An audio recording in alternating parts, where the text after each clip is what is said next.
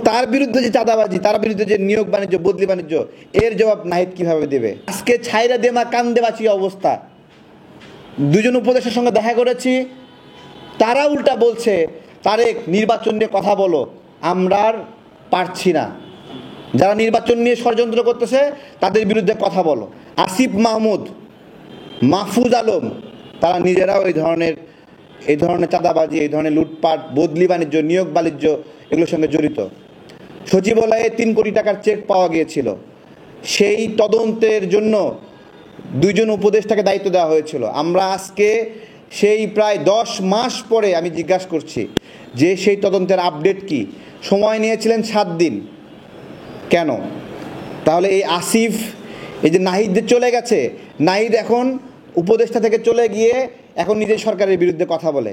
আমার প্রশ্ন যে নাহিদ সরকারে থাকা অবস্থায় কি করেছিল, এবং তার বিরুদ্ধে যে চাঁদাবাজি, তার বিরুদ্ধে যে নিয়োগ বাণিজ্য, বদলি বাণিজ্য, এর জবাব নাহিদ কিভাবে দেবে? নাহিদ নতুন বাংলাদেশ তৈরি করতে চায়। সে দায়িত্ব পেয়ে কত শতাংশ নতুন বাংলাদেশ তৈরি করেছে, কতটুকু পেরেছে? ইন্টারনেটের সেবার মান বলেন, ইন্টারনেটের দাম বলেন, কোন জায়গায় সে আমাদেরকে ভালো কিছু উপহার দিতে পেরেছে? তো এটাই ছিল আমাদের সাংবাদিক ভাইদের উদ্দেশ্যে বলার।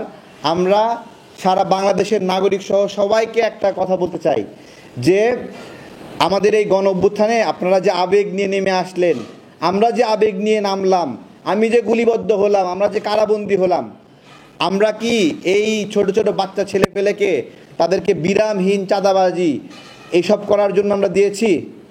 আজকে যুগান্তরে একটা পোল হয়েছে, সেই পোলে 81% মানুষ মনে করে যে এই সমন্বয়করা চাঁদাবাজিতে জড়িত।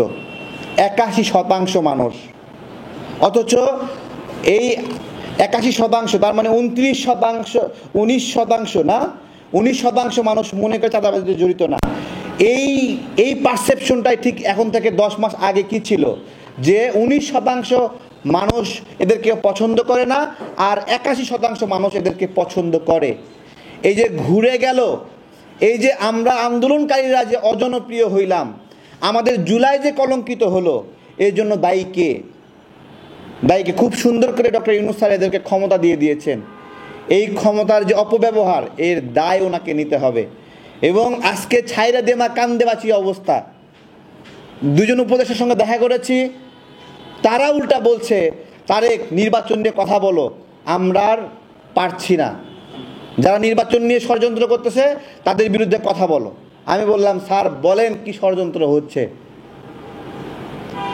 তো এই হলো সাম্প্রতিক সময়ের ঘটে যাওয়া বিষয়। আর একটা বিষয়, জানে আলম অপু ও এখনো কেন গ্রেপ্তার হয়নি? হ্যাঁ, কত বড় এদের হিম্মত দেখেন। এরা বলে যে আমি এখনো গ্রেপ্তার হই নাই, আমি চাঁদাবাজি করি নাই। অথচ যে সিসিটিভি ফুটেজ ভাইরাল হলো, ওইখানে 2 জনের মধ্যে 1 জন হলো জানে আলম অপু। ওই চেহারাটা একটু অন্ধকার দেখা যাচ্ছিল, ওই ফাঁকে সে বুঝতে পারছে, মনে করছে যে আমাকে তো কেউ চিনতে পারে নাই। কিন্তু জানে আলম অপু আগে ছাত্র অধিকার পরিষদের ছিল, আমরা তো চিনি এরে।